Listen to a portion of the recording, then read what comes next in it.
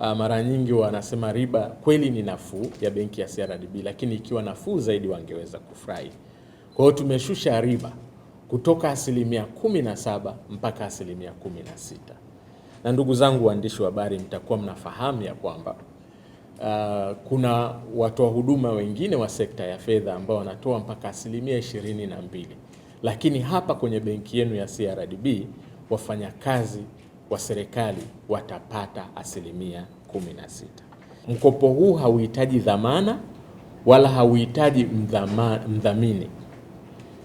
Mkopo huu unaingia kidigitali kwa kutumia simu yako ya mkononi, ama walimu najua kuna kile maarufu inayoitwa kishkwambi, au kwa kutumia laptop na una download, unaingia kwenye website ya ESS na unaenda kuichagua benki yako ya CRDB. Hapo utapata haya maboresho ambayo nimeyazungumza.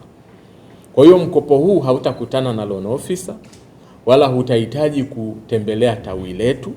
Unaingia tu kwenye mfumo na kuomba, na papo hapo unaweza kupata mpaka shilingi milioni 300. Huu ni uwezeshaji wa hali ya juu ambao miaka ya nyuma ilikuwa haipo kabisa.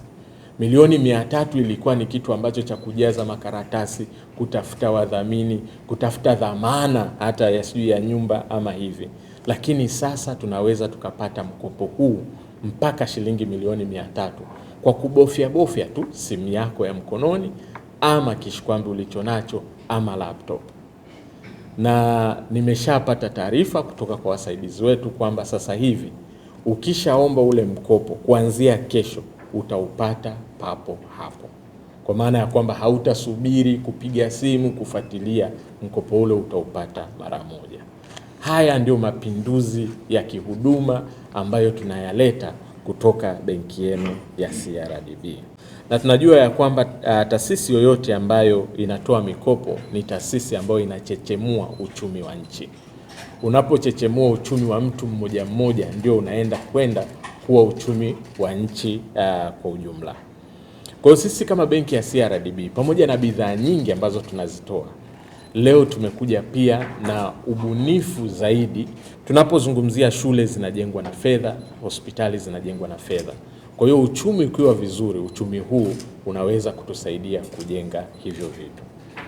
Kwa hiyo sisi tumekuwa tukitoa mikopo kwa biashara, mikopo kwa serikali, mikopo kwa taasisi binafsi, lakini pia mikopo kwa watu binafsi.